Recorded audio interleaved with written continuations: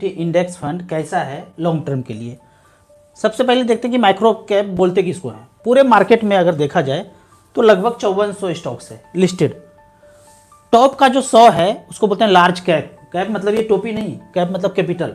इस कंपनी के पास सबसे ज़्यादा पैसा है, उस 100 कंपनी को लार्ज कैप बोल दिया। उसके बाद 150 कंपनी को मिड कैप बोल दिया और 250 कंपनी को बोल दिया स्मॉल कैप। 250 कंपनी, शुरू का 100 लार्ज कैप, फिर मिड कैप, फिर जितना बचा सब स्मॉल कैप है। लेकिन इसमें भी अब आगे जो है थोड़ा थोड़ा डिफरेंस कर दिए हैं। अभी जो हम बोलते हैं ना स्मॉल कैप 250 इंडेक्स, तो वो 250 ये वाला कंपनी है। ऊपर का 150-250 छोड़ दीजिए तो नीचे का जो 150 बचा वो हो गया स्मॉल कैप 250 इंडेक्स। अब इसके बाद जो 250 कंपनी आएगा उसको बोलते हैं माइक्रो कैप इंडेक्स। जैसे मोतीलाल माइक्रो कैप है तो इस स्टॉक में पैसा लगाता है। ऊपर का 500, ऊपर का मोड़ का काट दीजिए, 500 खत्म हो गया। नीचे का जो छोटा छोटा कंपनी बचा वो हो गया माइक्रो कैप इंडेक्स फंड।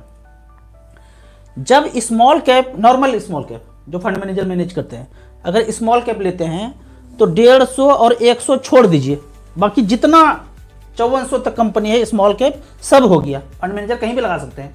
लेकिन जब आप कहते हैं कि 250 इंडेक्स फंड लेना है तो सिर्फ और सिर्फ यहीं पे पैसा जाएगा। आप कहते हैं कि नहीं सिर्फ माइक्रो कैप लेना है, 250 माइक्रो कैप लेना है, तो सिर्फ पैसा यहीं जाएगा। लेकिन जब आप स्मॉल कैप बोलते हैं तो यहाँ से लेके 5400 कंपनी तक फंड मैनेजर को सुविधा है जाल फंसा करके, फेंक करके कौन सा मछली फंसाना है। जब आप बोलते हैं कि 250 इंडेक्स तो ये वाला मछली 250 टाइप का फंसेगा। लेकिन स्मॉल कैप में 5400 तक है। सबका अपना अपना बेनिफिट है।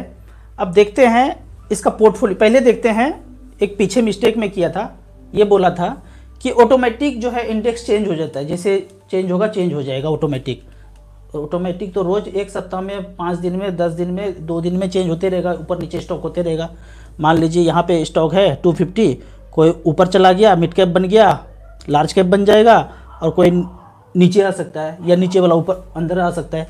तो फ्रीक्वेंट चेंज जब होता है तो फ्रीक्वेंट चेंज आपके पोर्टफोलियो में नहीं होगा। म्यूचुअल फंड में, इंडेक्स में, मार्केट में तो दिखेगा कि हो गया, लेकिन पोर्टफोलियो में 2 डेट को होता है, 6 महीना में एक बार होगा, 31 जनवरी और 31 जुलाई को। तो इसमें जो थोड़ा सा डिफरेंस हुआ, रिटर्न में थोड़ा सा डिफरेंस आएगा तो उसको ट्रैकिंग एरर बोलेंगे। ट्रैकिंग एरर 0.1 से लेके 0.5% तक, 1% तक, कितना भी हो सकता है, ठीक है। तो थोड़ा थोड़ा ही होता है, लगभग देखा जाए तो 0.5 से कम ही होता है ट्रैकिंग एरर। 6 महीना में जब फिर पोर्टफोलियो देख करके फिर एक बार चेंज हो जाएगा। कौन कौन इन्वेस्ट कर सकते हैं? वो हर व्यक्ति जो रिस्क लेने का क्षमता रखते हैं और 10 साल से ऊपर पैसा इन्वेस्ट करना चाहते हैं, वो माइक्रो कैप में, जैसे स्मॉल कैप में जिसने इन्वेस्ट किया है वो माइक्रो कैप में भी इन्वेस्ट कर सकते हैं। अब इसका पोर्टफोलियो देख लेते हैं। अगर माइक्रो कैप का पोर्टफोलियो देखते हैं तो कौन सा पोर्टफोलियो होगा? ऊपर का 500 हटा दीजिए, उसके बाद जितना स्टॉक होगा 501 से लेके 750 तक वो सारे माइक्रो कैप में आएंगे।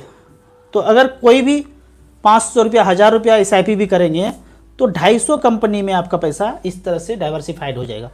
अगर Motilal micro cap 250 index fund का बात बोलते हैं तो यहाँ से शुरू होगा, 1000 रुपया भी कोई लगाएंगे तो 1000 रुपया वो 250 कंपनी में जाके डाइवर्सिफाइड होएगा।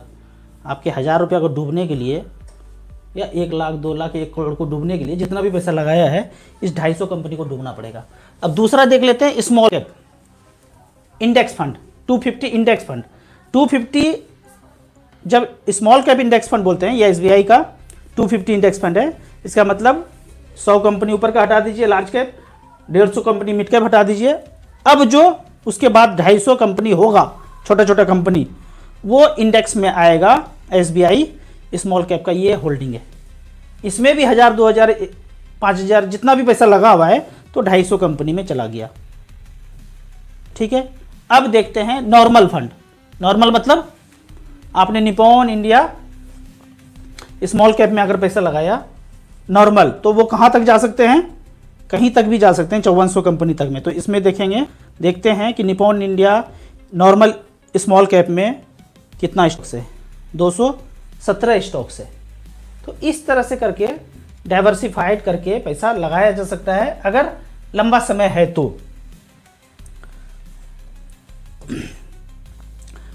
एक क्वेश्चन आता है कि पहले आप इंडेक्स फंड बोलते थे नहीं लेने के लिए, अब क्यों बोल रहे हैं लेने के लिए? उसका एक रीजन है कि आप अगर देखेंगे ना तो पहले का इंडेक्स फंड सिर्फ निफ्टी 50 इंडेक्स होता था, यानी कि सिर्फ लार्ज कैप होता था, स्मॉल कैप मिलता ही नहीं था, तो खरीदेंगे क्या आप उसको? उससे अच्छा तो return Reliance growth fund, Sundaram mid cap, Birla Sun Life equity, वो सब फंड दे देंगे।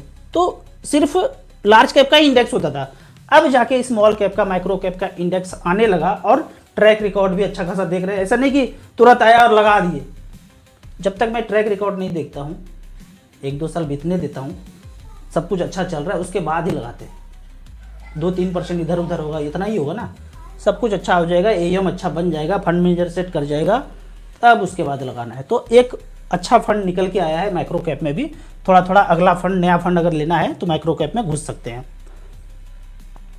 अब यहाँ पे एक नया चेंज अभी आया है, एसबीआई स्मॉल कैप का एंट्री हुआ है पिछले 15 साल में। पिछले 15 साल के रिकॉर्ड में वो आता नहीं था, क्योंकि 15 साल पूरा नहीं हुआ था। अभी सितंबर में उनका 15 साल पूरा हुआ है। तो एसआईपी के सेक्शन में अगर आप यहाँ पे जाते हैं तो डिफ़ॉल्ट में ये एसबीआई स्मॉल कैप आ जाएगा। अगर 5-5 हज़ार रुपये पर मंथ पिछले 15 साल से इन्वेस्ट किया किसी ने एसबीआई स्मॉल कैप में, सोचो कि आपने 5 हज़ार रुपया क्या क्या किया होगा। किसी इंश्योरेंस में दिया होगा, कोई आरडी चला रहे होंगे, कोई प्रोविडेंट फंड चला रहे होंगे, कोई पीपीएफ करा रहे होंगे, डीएसओपी करा रहे होंगे, सरकारी लोग करते हैं इसे, डीएसओपी, प्रोविडेंट फंड ये सब बोलते हैं, एनपीएस चला रहे होंगे। वो 5-5 हज़ार रुपये per month SBI small cap में, हर शहर नुक्कड़ में एसबीआई का ब्रांच है। अगर यहाँ पे गया होता 2009 से लेकर अब तक 15 साल में 9 लाख जमा होता और पैसा 67 लाख बना है 24% सालाना के रिटर्न से।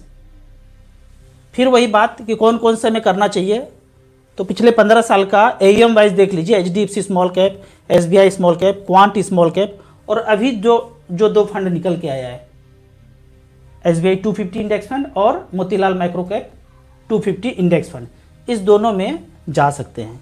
ठीक है, अब कुछ कमेंट्स का बात कर लेते हैं। कमेंट्स में यहाँ पे क्वेश्चन पूछा गया है, नए एसटीडी के हिसाब से 1 करोड़ का वैल्यू 10 साल के बाद 55 लाख, 20 साल के बाद 31 लाख, 30 साल के बाद 17 लाख, तो फिर कैसे टारगेट रखना चाहिए? ये जो नया स्टडी है ना, वो मोगेम्बो जारी करता है। बेस जो है ना काट के रखा है, खोखला रखा है, उसके बाद महल बनाते चला गया है। महल तो बनेगा ही, जब बेस जम जाएंगे ना सब धाराशाही हो जाएगा। 1 करोड़ का वैल्यू जिंदगी भर 1 करोड़ ही रहेगा। 1 किलोग्राम ही होगा ना, कभी बदलेगा? 100 साल बाद, 50 साल के बाद, 20 साल के बाद, तो 10 रुपया का वैल्यू 10 रुपया ही होगा जीवन भर, ताउम्र। लेकिन चालबाजी से इसको कम किया गया है। 10 रुपया का वैल्यू 1 तोला सोना होता है सदियों से, और अभी भी एच पर संविधान, एच पर एक्ट, आगे आना पड़ेगा, लड़ना पड़ेगा। ज़्यादा संख्या में लड़ेंगे तो वैल्यू बराबर हो जाएगा, लेकिन उस बेस को छोड़ देते हैं, खोखला बेस को छोड़ देते हैं, महल का बात करते हैं। अब अगर आपको इसमें जाना है, इन सपनों में जीना है, तो कितना वैल्यू हो जाएगा आप ये पूछ रहे हैं। एक बार जान लीजिए, कोई भी इतना भी कमा रहे हो, आप अननेसेसरी खर्चा नहीं करते हैं, देखा देखी करके खर्चा नहीं कर रहे हैं, अपने रिक्वायरमेंट के हिसाब से खर्चा कर रहे हैं। खर्च करने के बाद जितना भी पैसा बचे आपको, मैंने तो शुरुआत 3,000 रुपये पर मंथ से किया है, कोई 1,000 से कर सकते हैं, कोई 2,000 से कर सकते हैं, कोई 10,000 से कर सकते हैं, कोई 20,000 से कर सकते हैं। जितना भी खर्च करने के बाद बचे वो पैसा म्यूचुअल फंड के स्मॉल कैप में डालते जाइए।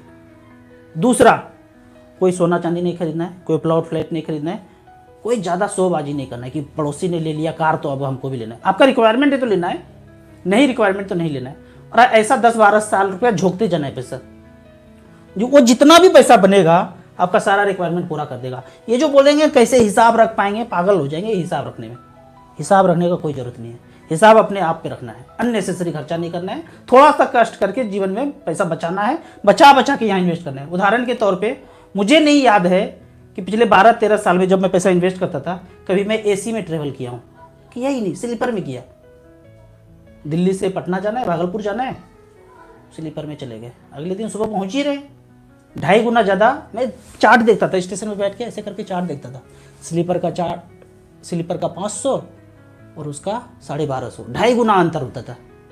तो 2.5 गुना पैसा बचा लिया, बचा बचा के धीरे धीरे करके इन्वेस्ट किया। अब जब मर्जी जहाँ जा सकते हैं, फ्लाइट में भी घूम सकते हैं। तो थोड़ा थोड़ा ज़िंदगी का मेहनत के पैसे को बचाते रहना है। अगला है, नमस्कार राजू सर, 30 लाख इन्वेस्ट करना चाहता हूँ, स्मॉल कैप डाइवर्सिफाइड पोर्टफोलियो बनाना है, प्लीज़ एडवाइस कीजिए। तो वही HDFC small cap, quant small cap, SBI Nippon में तो ले नहीं रहे हैं, तो आप एक ICICI स्मॉल कैप जोड़ सकते हैं, फ्रैंकलिन DSP जोड़ सकते हैं, और 2 फंड इंडेक्स में SBI 250 index and Motilal 250 micro cap, इस 5 में से 5 में बराबर बराबर कर दीजिए। आप इन सब फंड में तभी जाइए जब आपके पास 10 साल से ऊपर का टाइम हो, और चाहे तो हर महीने इसमें 2-2 हज़ार रुपया करके आप 10,000 का SIP भी उसी फंड में स्टार्ट कर सकते हैं। करेंट अकाउंट को डीमेट अकाउंट में लिंक कर सकते हैं, बिल्कुल कर सकते हैं, हमने किया है। जब आप करेंट अकाउंट जो अब होगा ना, हो सकता है आपका फर्म के नाम से होगा, तो जब स्टेटमेंट मिलता है तो उसमें बोलिए कि आपका नाम और फर्म दोनों उसमें लिखा होना चाहिए। अगर स्टेटमेंट नहीं निकल रहा है तो बैंक से लेटर लिखा के ले लीजिए कि ये फर्म जय माता दी और रमेश कुमार दोनों एक ही व्यक्ति है, स्टैंप लगा के बैंक में दे दीजिए, चेक के साथ स्टेटमेंट के साथ अपडेट हो जाएगा, कोई दिक्कत नहीं, हो जाता है। सर SIP या लमसम क्यों क्लोज कर दिया जाता है, ये मेरे समझ से भी परे है। थोड़ा थोड़ा समझ में आता है कि जिसका AUM बढ़ गया ना तो उसका एक्सपेंस कम हो जाता है, तो उसको बंद कर दिया, तो अब मजबूरी में इन्वेस्टर दूसरे जगह पे जाएगा, दूसरे स्कीम में, उसमें एक्सपेंस थोड़ा सा ज़्यादा होगा। मुझे जो थोड़ा सा समझ में आता है, बाकी मुझे ज़्यादा नहीं समझ में आता कि क्यों करता है। मैं ये देखा हूँ कि जिसका एक्सपेंस AUM बढ़ते बढ़ते बढ़ते कम हो जाता है, उसको बोलेगा भाई बंद, लमसम तो बंद, SIP में पहली बार ऐसे सुन रहा हूँ कि SIP भी बंद, ठीक है। तो वही थोड़ा थोड़ा सा चालबाजी आपको अध्ययन कीजिए, देखिए किसका एक्सपेंस ज़्यादा हो गया है, और दूसरे स्कीम में एक्सपेंस अगर ज़्यादा है तो उसमें बोलेंगे इन्वेस्ट करो, एक्सपेंस कम है तो उसमें बोलेंगे कि बंद कर दिया सब कुछ।